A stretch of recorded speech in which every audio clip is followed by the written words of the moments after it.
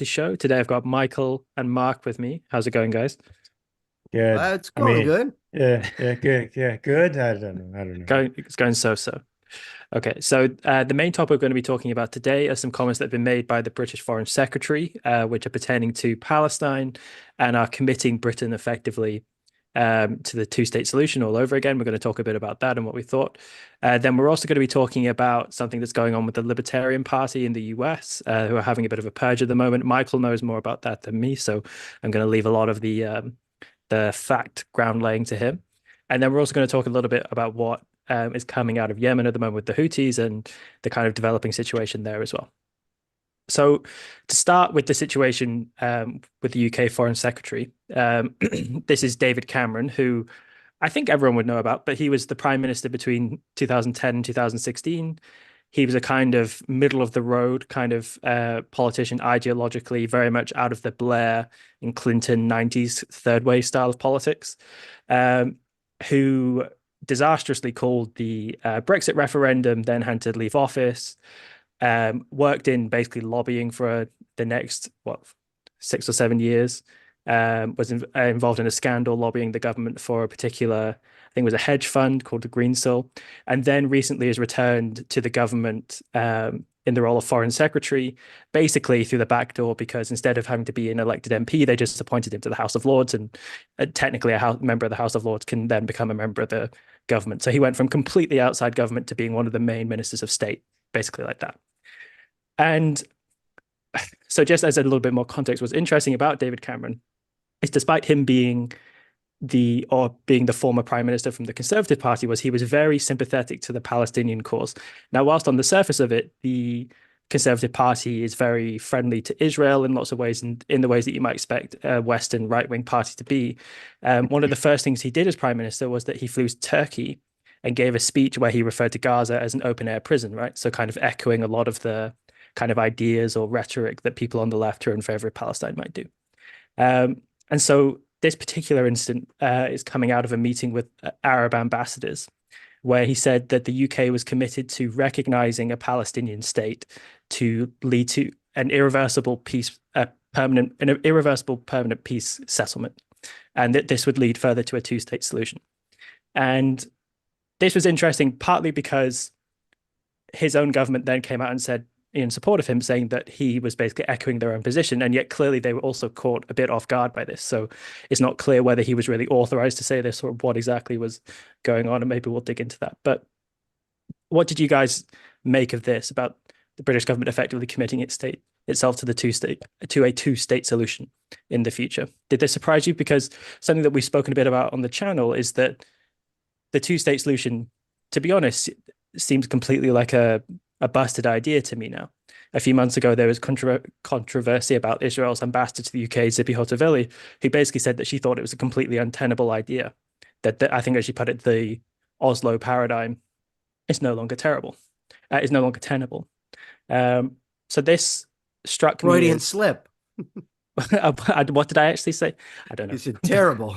Oh, terrible. There you go. Well, it is terrible. But what did you make of his comments first? Michael, we'll start with you and then we'll go to Mark. Well, nothing surprises me that a politician says, because ultimately the vast majority of them are just self-seeking power lusters. So that doesn't surprise me. The main thing, though, I got to say, is the epistemological sloppiness, because I don't know how else to put it. For him to say a two-state solution as an irreversible mark of the peace process, or whatever he said, this side of death, there's very little that's irreversible. And just the fact that this guy thinks that they could put some words on paper and that's going to create a permanent solution to a problem that's been going on for nearly a century now, or maybe even more than a century if you go pre the state of Israel to what was going on over there. The fact that this guy was a prime minister and now what is he? He's an ambassador. He's a lord. I don't know what you guys got going on over there across the pond, all kinds of titles, but he's not a sir, right? He's a lord, no, Cameron. He's technically a baron, since all lords are now barons, and he's the foreign secretary. So he's like the Secretary of State for the US. Okay, well, the fact that he would say such a thing, it just shows, I mean, how divorced from reality the minds of these people are, or how divorced they think everybody else's minds are that they can get away with that type of statement. Mark? Well, he's proof positive that our founders were right to eliminate titles. A title does not confer moral intelligence or intelligence for period. So I feel like I want to say something, not to completely impugn your entire country, but it's like the Brits want to fuck it up again. It's like they fucked up the mandate. They made promises to two people that kept them in ever-present conflict, and now they're going to do it again in just a slightly different language in a slightly different way. So yeah, it's very clear that you cannot have an independent state with all the benefits that are conferred upon states, that diplomatic relations with other states, trade relations with other states, weapons exchanges, defense treaties, that wants to murder you, and that has a long-term, never-ending plan to murder you. There is no compromise in the Palestinian people or any of the movements that command the Palestinian consciousness to back off of their goal of from the river to the sea, to wipe out Israel as a state and create an Arab hegemony over that land, and potentially some form of theocracy. A theocracy autocratic mix. That's their goal, and there cannot be a compromise with it. The two states cannot exist in the same geographic region. It is impossible. When two states that are completely morally opposed to each other need to compete in the same region, it's called war. It is a prescription for war. Again, I have to say, and I keep saying this every time, it's going to cast me as some guy, some violent guy, but David Cameron needs to be choked. He needs to be. What other solution is there for a guy who's been in the public sphere for a long time as a politician, then as a lobbyist, of course that figures, now as a lord, you know, with all the gravitas that carries, and if you can't reason with a man who's been in the public spheres for that long, what other choice do I have? I mean, so the interesting thing about David, I hope that wasn't my accent you were doing just there, Mark. But no, you have I will study your accent at some point and try to do you on some program somewhere. So if you see me on TV doing this, you'll know it came from you. Oh, thank you. That's very kind. The interesting thing about David Cameron and the House of Lords, although this is slightly tangential, is that he spent a major piece of legislation he tried to pass when he became prime minister was to abolish the House of Lords because he viewed it there being all sorts of problems with it. And actually, it was because they didn't want to pass bits of legislation that he wanted. But now that he doesn't care about that, he's happy to become a lord. He gets money for that. He then gets money for his cabinet position. He gets to basically not have to go through the process of becoming elected again. Wait a minute. You mean Michael Liebowitz is right? He's just a power-lusting jackass? I think so. Yeah, I think he might be. Shocking. But so there's an extra level of hypocrisy of him being in the House of Lords. I have a name for a show. I think we should have a show. Choking out the politicians with Mark Pellegrino. What do you think? I think it would be great. You know, it could be a YouTube thing. It'd be less slick than Jean-Jacques or Matt Arroyo or those guys who are really good jiu-jitsu guys. But I could do a little YouTube post where every week I come up with a new way to choke out some politician. That's right. We'll have the audience vote on the politician each week.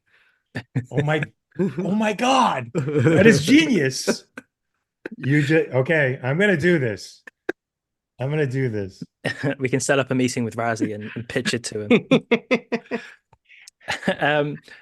You've made me lose my train of thought, Mark. Sorry. That's okay. Something Michael said occurred to me, but sorry, were you going to say something else? No, I was trying to put you back on the train where he was against the House of Lords, but now he's for it because it serves his purposes. And oh, sure. I guess just generally my thoughts about his comments is that there's something. Actually, this is what it was.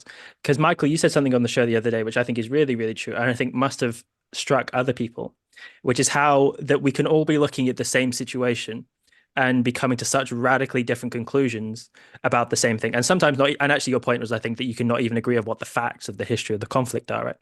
But that how someone could look at the history of a two-state solution, of the two-state solution rather, and conclude that it's still viable, because basically this is the solution that's been tried time and time again since 1948.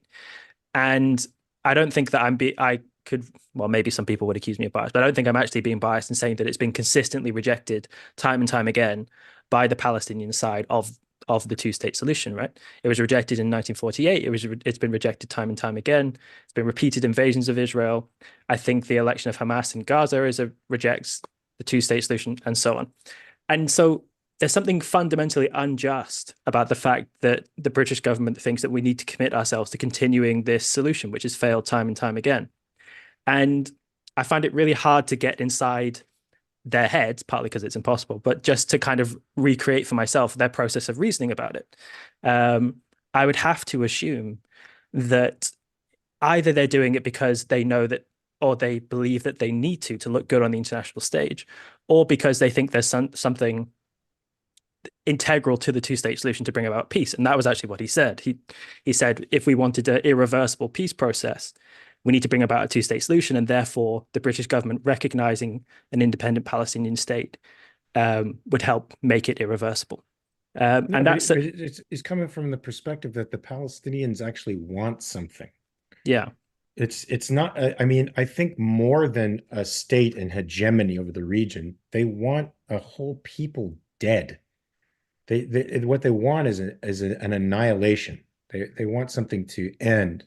They don't even know how to.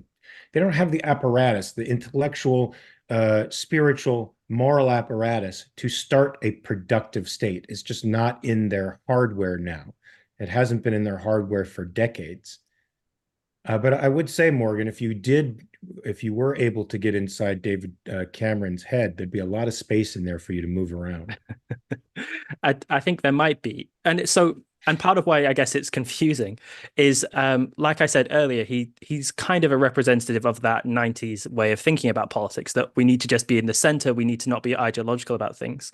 So it's hard to trace in him remnants of real kind of ideological belief. So if he were Jeremy Corbyn, for example, whatever I might judge about his opinions, I could understand at least that he's coming from a very radical position that has its own framework and understanding.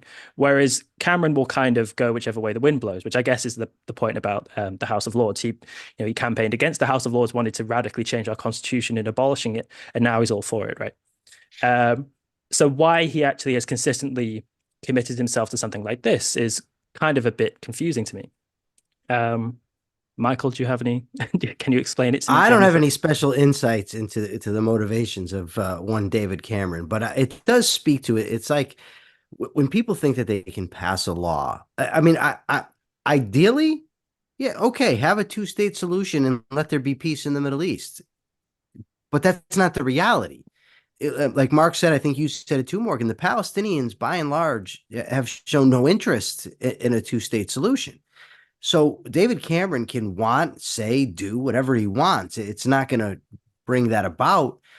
So I don't get, I don't know. I don't even know how to wrap my mind around the type of arrogance that it takes to say something like, we're going to establish this irreversible peace process.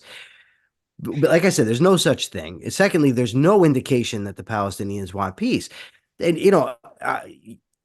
you talked about how people look at this situation and see it differently, and that's true, and disagree about the facts. But there's one thing, or maybe it's two, that seem to me that are absolutely irrefutable.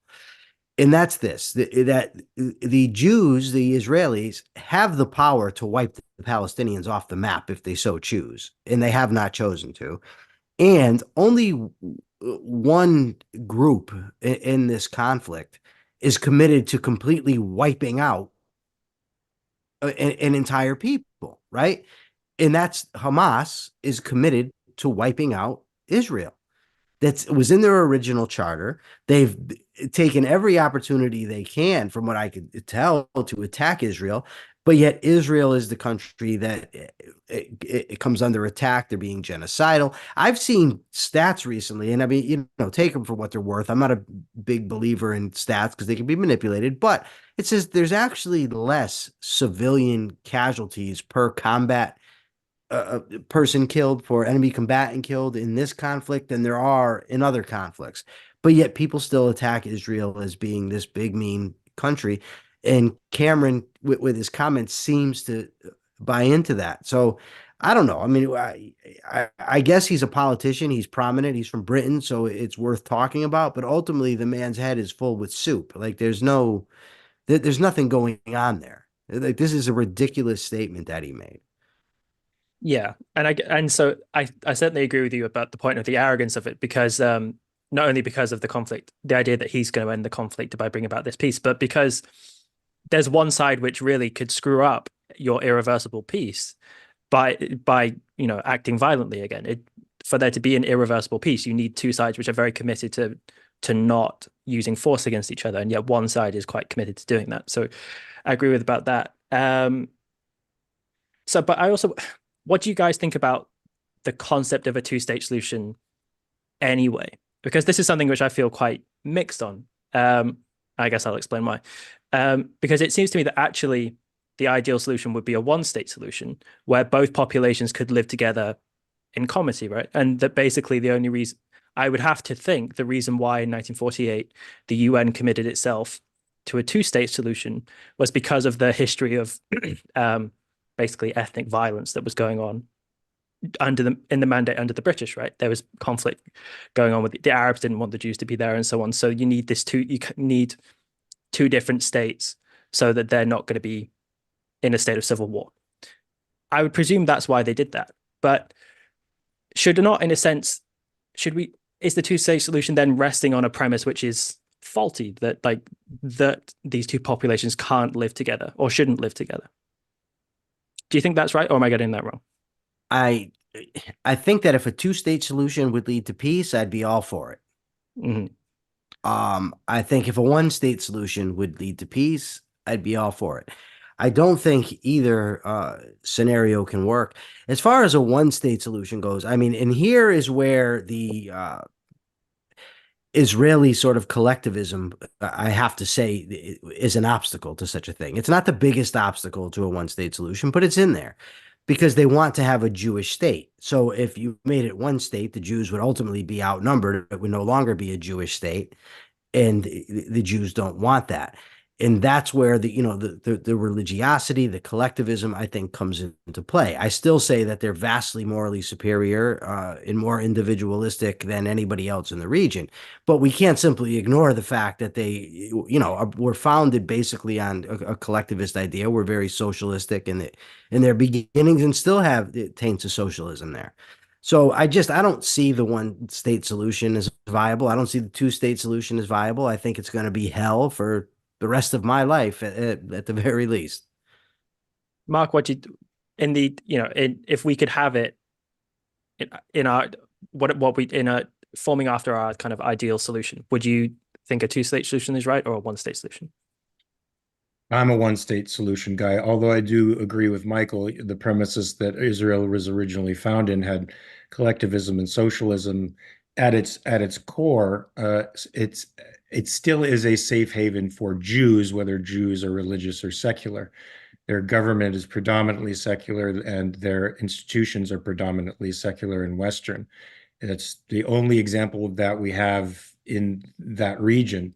And I think that's what we have to preserve. It can still be a Jewish state in the sense that, even if it's outnumbered by people who are not Jews, in the sense that it is a place where Jews have political legal power. And in other words, they can defend themselves legally, whereas in other states, they were disenfranchised and had no power over their own destinies. And that's the way I look at the Jewish state as it is presently. The two-state solution might have been a rational solution in 1948 when they originally partitioned and could be out of all the violence that was happening there previous. But once the Arab states rejected the two-state solution in favor of Arab hegemony, let's not mince words. It's exactly what it's about. It's as tribalistic, if not more so, than whatever originally constituted the Jewish state's origins. And that has no place in civil discourse. It has no place in the creation of a modern state.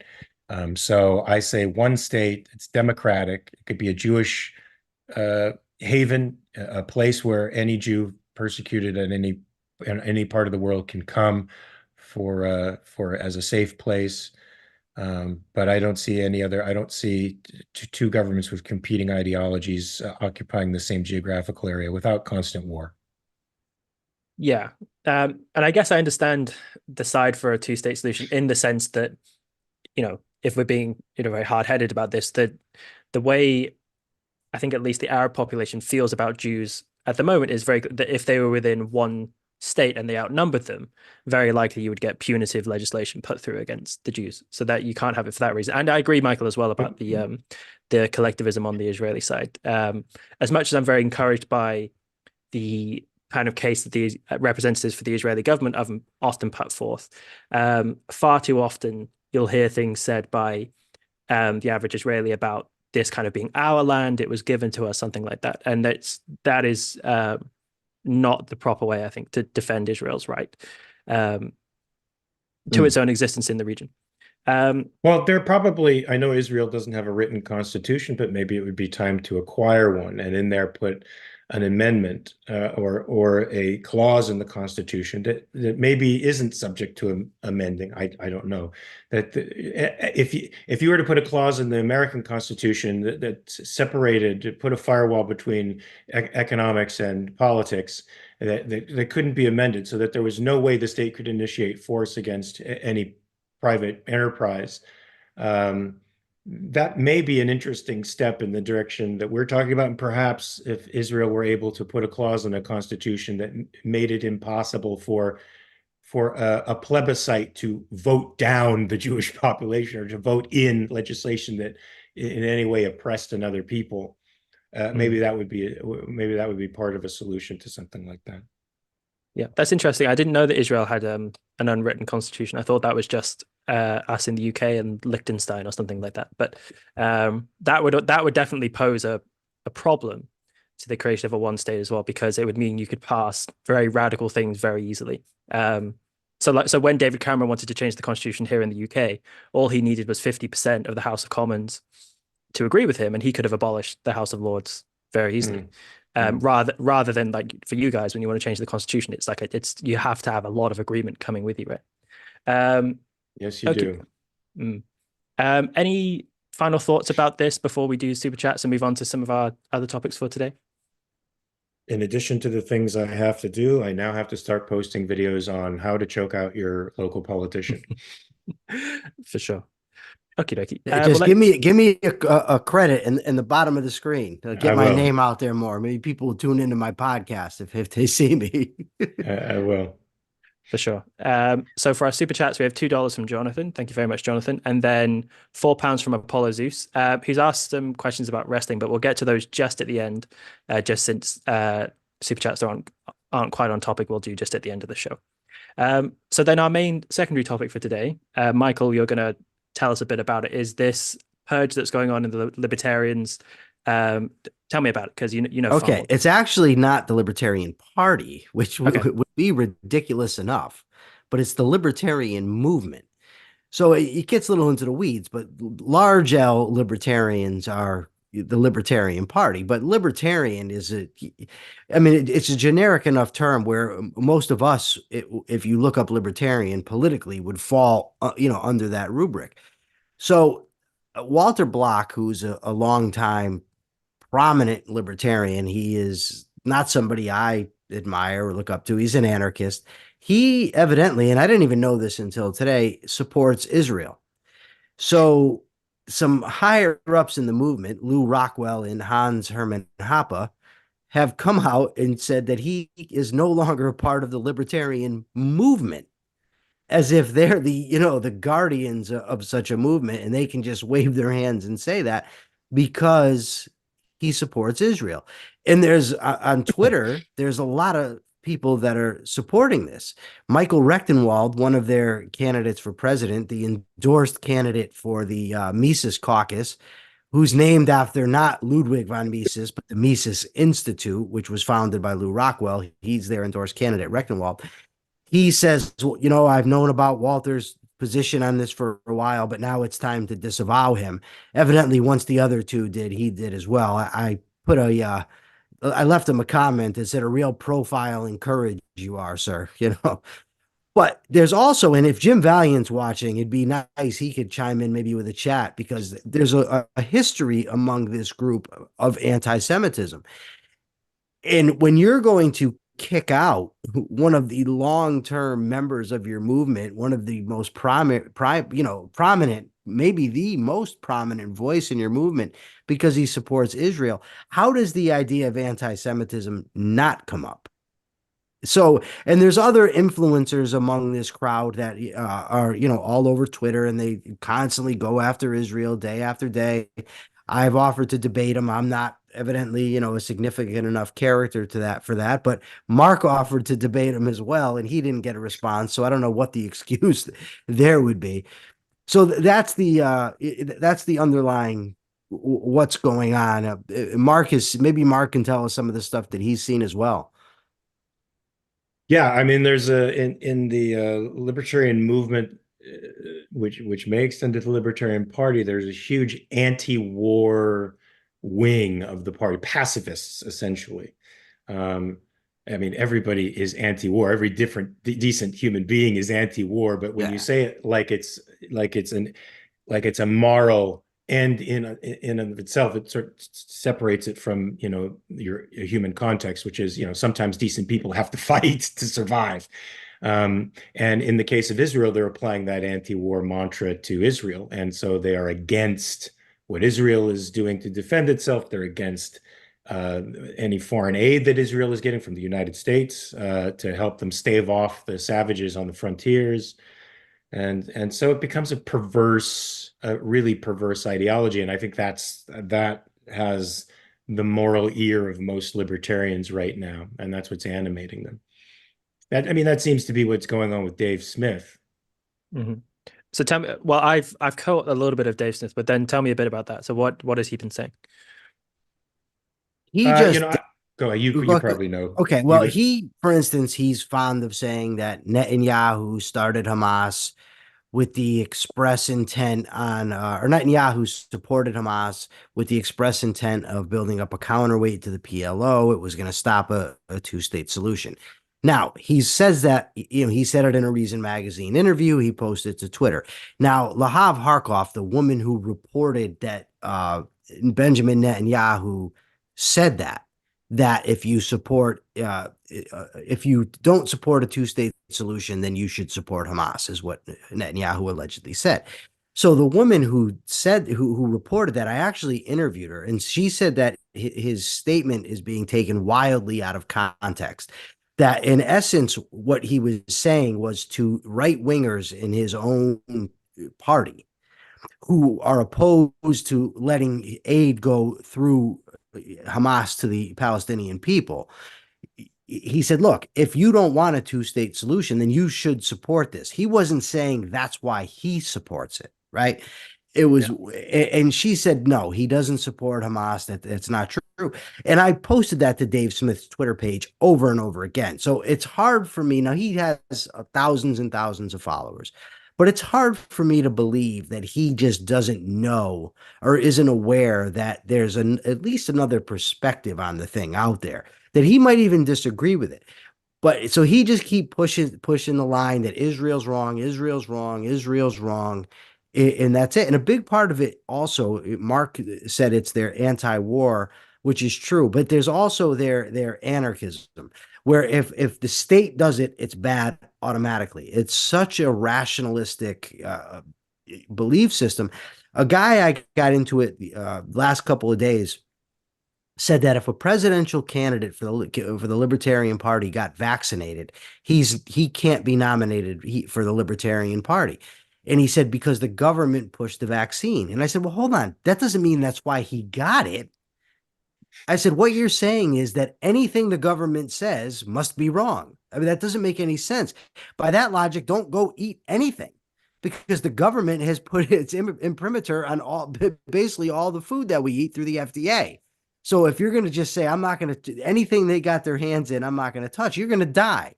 But that's the perspective they come from.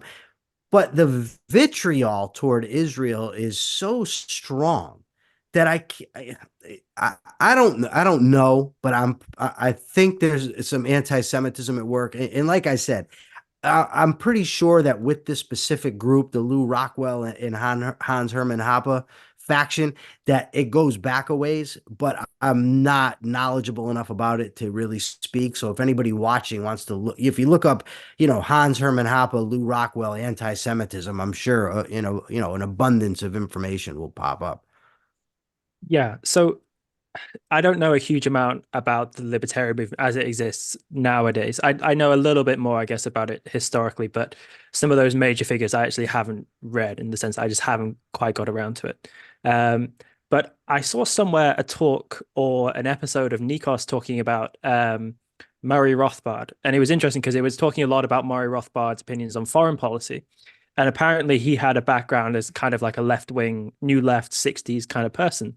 And I think Nikos's basic point was that he carried a lot of those kind of opinions then into his when he became more anarchistic and libertarian and ANCAP, he kind of carried a lot of that stuff with him, which I think, if I'm getting Nikos right, and I might be getting Nikos wrong, so blame me, not him, right? That explains why. So his influence then on the libertarian on anarcho-capitalist movement is why they come out with foreign policy views, which we'd think of as being much more akin to the left. So apparently he was very, very anti the Vietnam War, for example, but not quite in the same way that Ayn Rand would have been against it, in the way that people on the left were against the Vietnam War. No, he was dishonest. I mean, let me just put it out there. Okay. He said that the Jacksonian Democrats in the 1800s were libertarians. No, they weren't. He said that the Soviet Union was never an aggressive country, that they were never aggressive. It was always America that was aggressive. He was just wrong. But he actually, if I'm not mistaken, started off on the right. And then he went kind of left in his foreign policy stuff, and then actually got involved with Pat Buchanan and Pat Buchanan's campaign for president, where they started calling themselves sort of paleo-libertarians. It's like this odd mesh of right-wing populism, anarchism, religiosity, anti-immigrant. It's a very strange eclecticism that they have going on there, but anti-war is definitely part of it.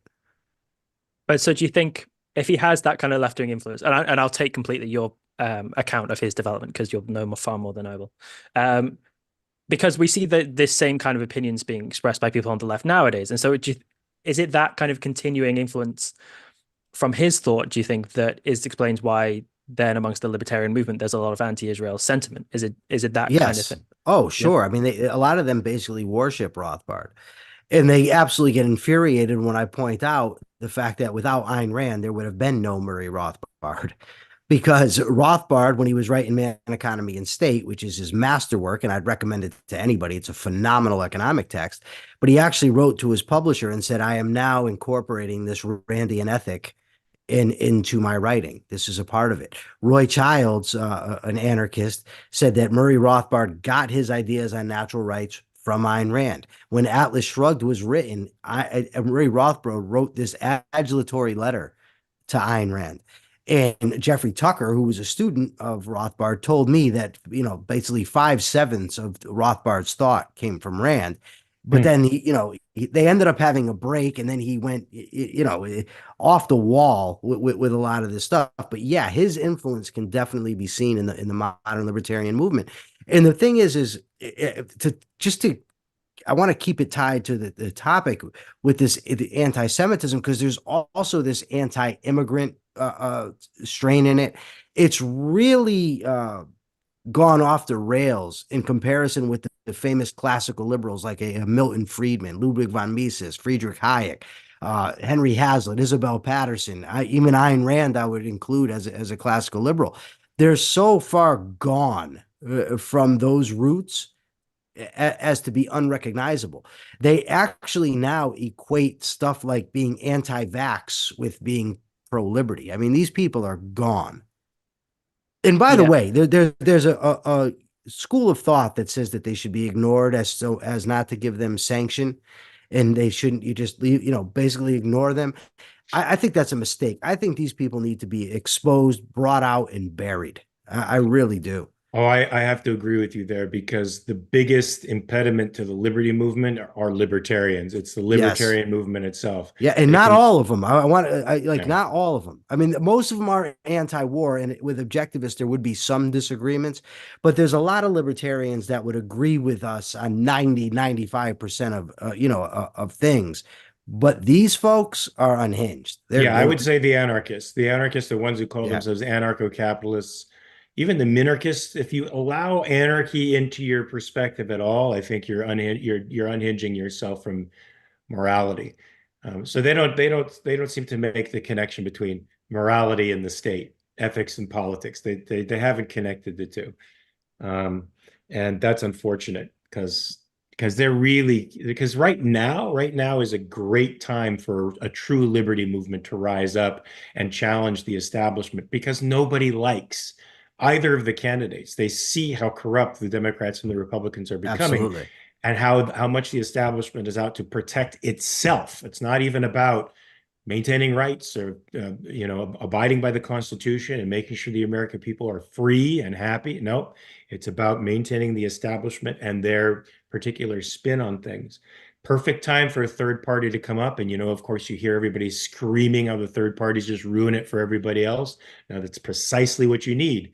Of course, you can find it at the American Capitalist Party if somebody's willing to pick up that banner and carry it into a debate with the likes of Trump and and Biden. Um, Prepare to get dirty because you're not going to look good in an argument with those two creeps. But No, but I do. I think these like there was a recent libertarian presidential debate in Georgia. And afterwards, Jacob Hornberger, who I know him, I like him a lot. He's a really nice guy. I agree with him on most of his opinions. But he posted that there's this Clint Russell, who's a libertarian online, I guess, influencer, you call him. So this guy posts stuff about the vaccine, about the virus being created by the government, all that type of stuff. So I told him online, what is your evidence for this claim? You keep making these claims. Where's the proof? Show me. He in turn told me he thinks I'm a federal agent and blocked me. Right. So Yeah. during this Libertarian Party debate, he was the moderator and he asked the candidates, are you vaccinated against COVID? And thought that it was relevant. And that's where this comes from. They say you're not worthy to be their candidate if you were vaccinated. And Mike Termott, also a nice guy, told him it's none of your business. And and Jacob Hornberger made a long video, about a 40-minute video about this, that these people are just they're unhinged. But unfortunately, that's where the strength is right now in the libertarian. So, hey, I'm all for getting this capitalist party up and running. I'm all for it. isn't it? Sounds great. It's a little scary when you put it in those terms, Michael, because I see now that we are surrounded on all sides by insanity, by Yes. irrationality. Yeah. Everyone is crazy. Yes. Yes. I mean, I don't know if you guys have seen the Taylor Swift stuff. No. I saw someone actually no I saw you Michael to actually mention something about it on Facebook, but I have no idea what the context is about it.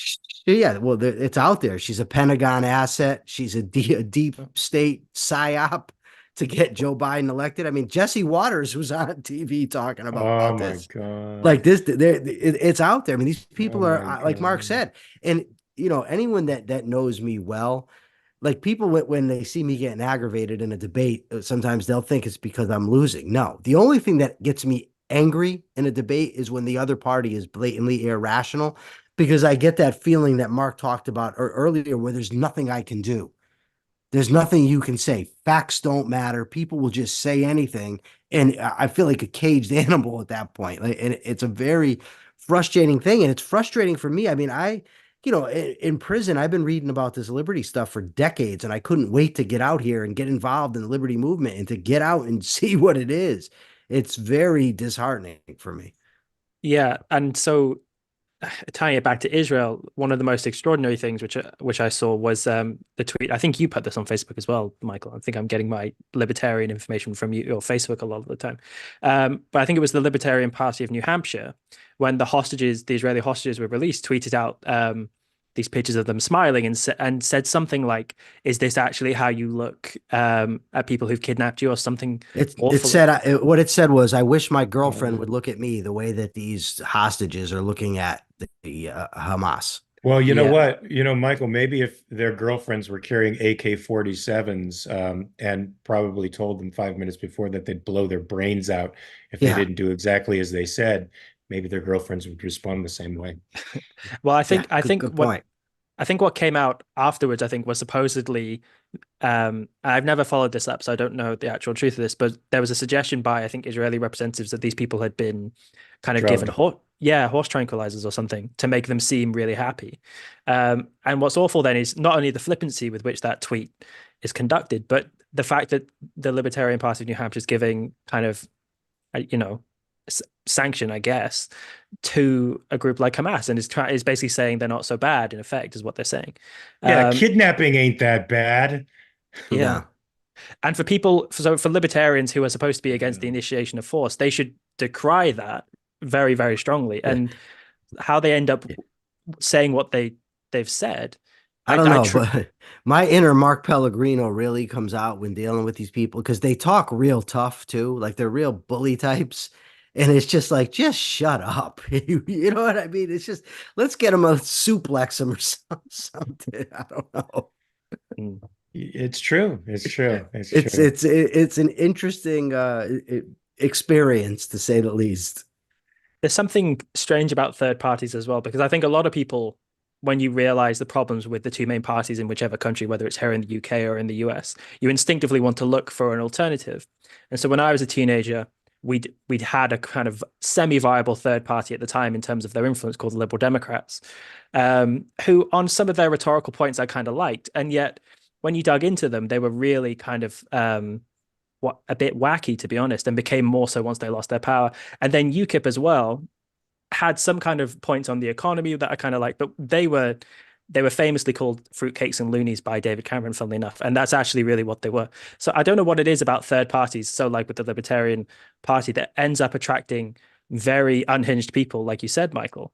Um, but then you're left in this awful dichotomy where you've got these awful kind of fruitcakes and loonies saying this stuff about Israel, and tweeting that stuff about the hostages, and yet you've got then the mainstream parties, which they might not be fruitcakes and loonies, but they're kind of corrupt status quo types, and so you have kind of no real choice between those types of Well, people. well, Morgan, this actually goes back to Rothbard, and Peter Schwartz pointed this out in his essay. I believe it's in the Age of Reason, Voice of reason. Voice of Reason compilation of essays, and it's called Libertarianism as the Perversion of Liberty. And he points out, and Peter Schwartz also, by the way, has written excellent stuff on Hamas and Israel, and I actually interviewed him, and that was great too. He's great on this issue. But he pointed out that Rothbard basically said we should just get everybody together, regardless of your reasons for believing in liberty. Just come together and we can make a movement. And at the time, I really didn't see just how right Peter Schwartz was on this issue because you end up bringing in, what'd you call them, fruitcakes? Fruitcakes and Fruitcakes loonies. and nutbags because they're they're not tied to anything. So there's no telling where they're going to go and how, what kind of wacky stuff they're going to end up believing in.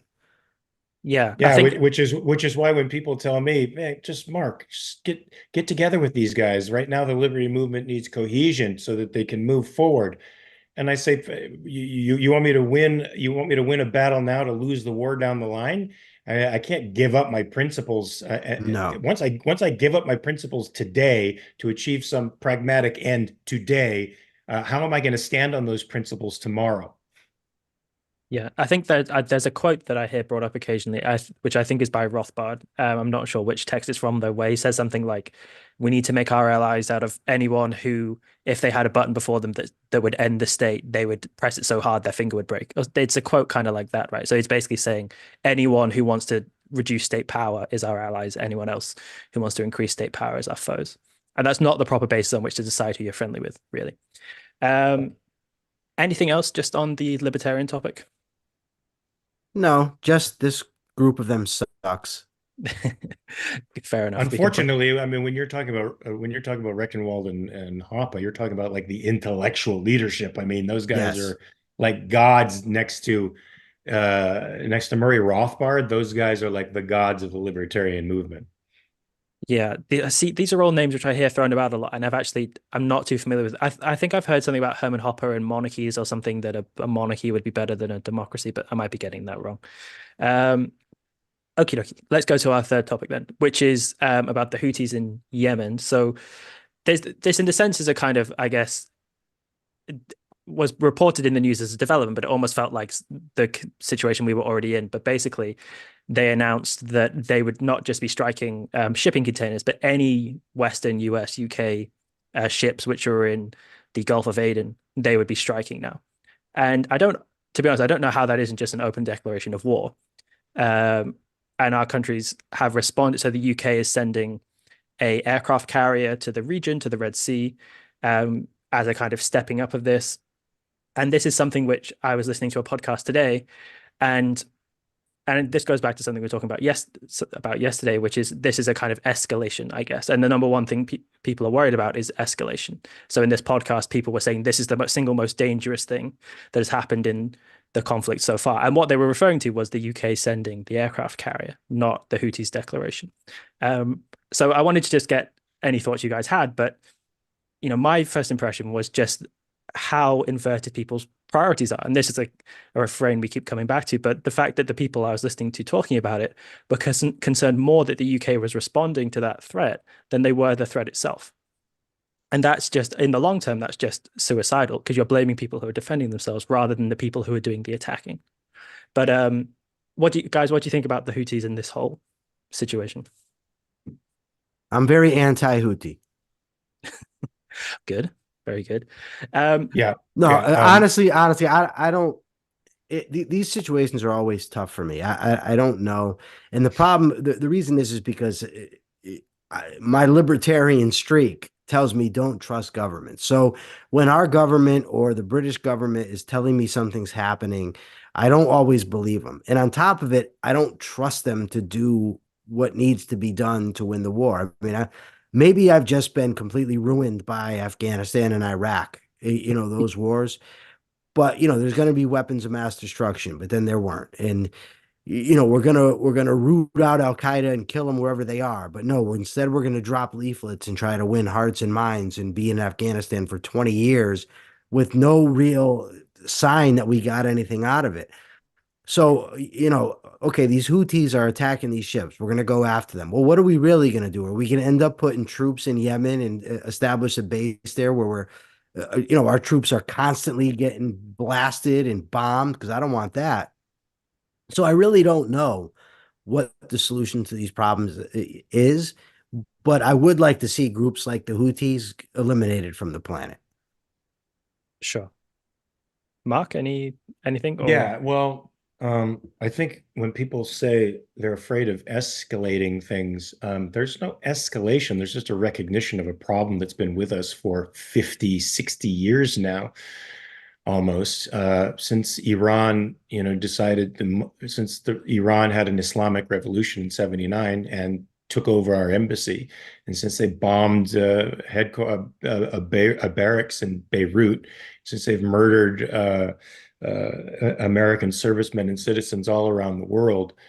This is just a recognition of a situation that's been going on for a long time, a can that has been kicked down the road for decade after decade after decade. We don't want to wait till it gets kicked down the road long enough for Iran to get nuclear weapons, because at that point, it's really going to be difficult. When you think about when Hitler began occupying territory in Europe, he had a very weak army, and had the French and British stood up to him in that moment and pushed him out, he would have lost. Instead, they waited and waited and waited, capitulated until he was powerful enough that dislodging him became quite a chore. If we're going to do gunboat diplomacy, as England used to do in the 19th century, where they literally enforced the rule of the seas and allowed trade to be free by threatening and backing up their threats to rogue states and rogue people. then we gotta put that aircraft carrier on there with the intention to do something with it, and that means eliminating the Houthis completely, unapologetically, off the map. Done. And if Hezbollah wants to act up in Syria and Iraq and Jordan and in Lebanon, take them out completely with an eye towards understanding that Iran is the bad actor. And, Yaron Brook had some great ideas with respect to taking out their drone capacity, taking out their oil delivery capacity and their oil creation capacity. So you rob them of their economic stability, take out their nuclear facilities, and then let the women of Iran take over, because it seems like the people with the most balls in the world are the women of Iran. And I have a feeling they'll do a much better job with Iran and pretty much every other than Dave Cameron is doing for sure in the UK. For sure. They definitely are very commendable. Michael, I thought your answer was interesting because I said something on the show yesterday, which is generally how I'm feeling recently when because we're talking about foreign policy so much, which was that sometimes when we're talking about foreign intervention now, I wonder whether we're feeling how people felt in the interwar period between World War I and World War II, right? Because people were very anti-war, anti-escalation. They were very concerned about war breaking out again. Now, that's very understandable because of how terrible World War I was. But when we're talking about intervention now, there's a lot of resistance to it. And I was wondering why that was. And I did conclude that probably Iraq and Afghanistan was the cause. And the thing that came to your mind, which you said, was that you were burned by Iraq and Afghanistan. Now, I suspect that's probably fair enough. But is there not a kind of problem with that in the sense that, because looking at the Houthis and what they've done, I think surely there's every cause for intervention. And in a sense, what Iraq and Afghanistan did was kind of undermine the West's self-confidence about its ability to successfully take these ventures, right? But it's surely logically we have to do this because I suspect in principle we probably would agree about all this stuff. Well, Morgan, in principle, the Israelis should be wiping out Hamas. Instead, they're negotiating ceasefires so that they can get hostages back. The problem isn't with being a gun shy in the sense of there should never be a war. My problem is I have zero trust in any prominent political candidate out there that they're actually going to go and fight and win a war. So I don't think they're going to go wipe out the Houthis. And if you're going to do that, ultimately you need to probably go after Iran because they're the source of all this stuff. They're really not going to do that. And even if they did, would they do it right? There's just so many reasons I don't trust them. And I'm just saying that if you're not going to really deal with the problem, then why put U.S. Service people at risk? You know what I mean? What is the point of spending $3-4 trillion, losing, whatever amount of people we're going to lose, 50, 100, whatever thousand you lose, and you end up right where you were when you started? If you're not actually going to come up with a plan to eradicate this problem, then just go lay down someplace. That's ultimately my position.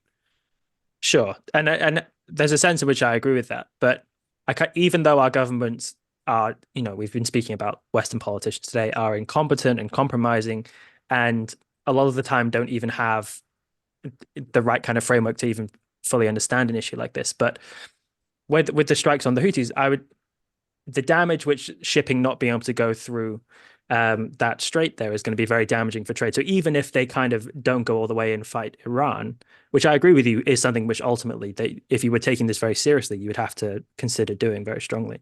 Even if they're going to. Okay. I got a question for you, Morgan. Let's suppose that the only thing they did, and they did right, which I don't think for a million years they would, is they just went right now and eliminated all the Houthis, right? The Houthis, however you pronounce it, right? Mm-hmm. Is then Yemen going to be this beacon of democracy where the ships can flow through, just fine? Or is another group then going to rise up and then we're going to have to go fight that group in the same way as we won the war in Iraq and then gave rise to, we beat Al-Qaeda in Iraq and then came ISIS. And if you're not going to deal with the entire problem, then you're just going to keep having these situations over and over and over again. I suspect that's probably true, but then in the meantime, it can't be the case that shipping can't go through that area, right? So what do we do? Like, surely I don't know. That's where I don't know. okay, all right, fair enough. Given that we're running out of time, we probably It can't. wouldn't matter if we had all the time in the world. I still wouldn't know. Okay, okay, fair enough. But Mark, let's get to Apollozeus's super chats because they were primarily for you. So Apollozeus asked your take on catch wrestling, Mark. I'm not sure what that is. And then Apollozeus also asked who is everyone's favorite boxer, and then said the anaconda choke. What are your thoughts? Okay, I'll start with the anaconda choke first. It's one of my favorite chokes. I love it. Maybe I will maybe the first choke I do on the politician, we'll have to do a survey on which politician I should anaconda choke, and we'll have to have a surrogate, of course. I don't know if we can, CGI a face in, but maybe that will be how we do it. But I love the anaconda choke. It's one of my favorite ones. When you have long arms, you can shoot that arm underneath the both their arm, and you get to roll. It's a really fun choke to do. What was the other one? He also asked, "What is your take on catch wrestling?" Yeah, I'm not so familiar with catch wrestling, so I don't know enough about it to have an opinion. And there was a third one. Who is everyone's favorite boxer? Oh yeah, Michael, do you have a favorite boxer of all I time? do. Yeah, I do, but only because he was the guy when I was a kid, was Mike Tyson. That's who I grew Oh up yeah, watching. totally fearsome. Yeah, he was So, he was awesome. Morgan, But you? Willie Pep gets an honorable mention because he's a Yeah. local guy. I've met him personally. He won, I think, 240 fights. He was a His stud. Yeah, his A lot. sister grew up. My mother was good friends with his niece, and my father was good friends with his son Billy, and his sister grew up. That she lived in the same neighborhood I grew up in. And Willie used to jog around town. He actually won a round. Willie Pep, only fighter ever to do this. Before the fight, he said, "I'm going to win the second round tonight without throwing a punch," and he did it. And he used to carry pamphlets around with him and pass them out to people when he would meet them. Yeah, he was quite a phenomenon. A lot of people Yes. don't know who he was. You should check it out. Uh, um, Morgan, do you have a favorite fighter? Well, at least if we're talking about boxing, which I know less than I know UFC or something. I guess when I was a kid, my dad used to reify Muhammad Ali a lot. As a kind of a boring answer, but he used to kind of show me Muhammad Ali's fights and talk to me about it and how he would wear people down and stuff. And then also, I guess Muhammad Ali as a kind of cultural figure is so significant that I do love hearing him. Like just hearing him on talk shows or something, like running rings around the interviewer is really great, and doing his little poems and whatever. They're very, very cool. His political opinions aren't so cool, but there's a lot that I like about Muhammad Ali for sure. Well, you stole my thunder because I was going to say Muhammad Ali for those very same reasons. He elevated boxing to a whole nother level. I think he brought big purses into boxing. He was a showman. He could back up what he said. He did lots of things technically wrong. I mean, he fought backing up. He did all kinds of crazy things. It didn't look like he sat down on a lot of punches, but he had a totally underestimated punching power, incredible reach.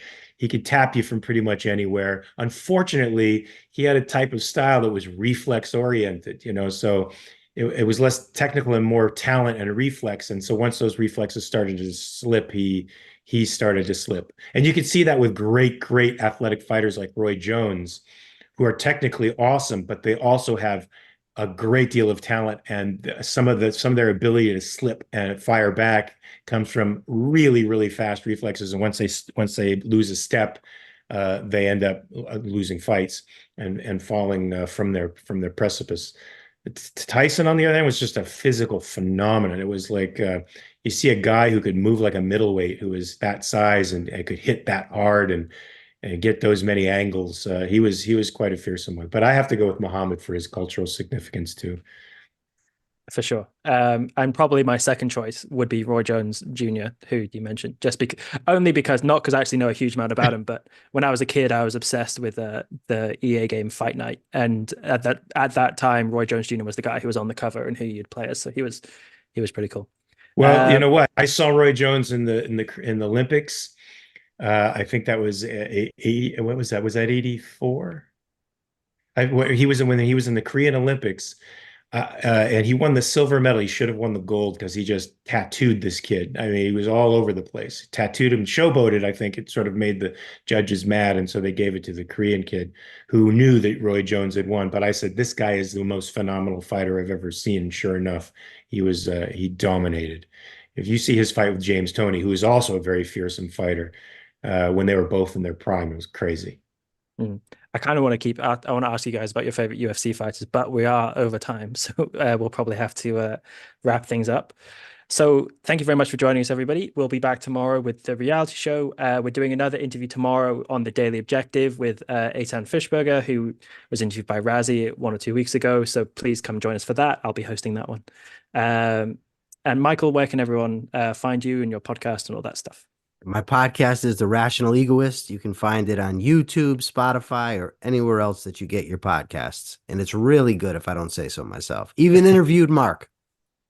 And it was awesome. It was the best podcast I've ever been on. And it'll be in the description as well. Mark, where can people find you? Where's your Twitter if you want people to find you on Twitter? Mark R. Pellegrino. That's my Twitter handle. Make sure you get the check mark because there's a lot of imitators out there who will try to screw with you and take your money. They'll actually say, I need your money. Can you give me some? Don't go there. And you can find me on from Mark Ross Pelly with the check mark on Instagram if you want, dog pics and nice things and to decompress from the political shenanigans of Twitter. For sure. And you can also find my Twitter in the description and my Substack. Everyone should go subscribe to me on there. But all right, guys, thanks so much for joining me. We'll see everyone tomorrow. Peace.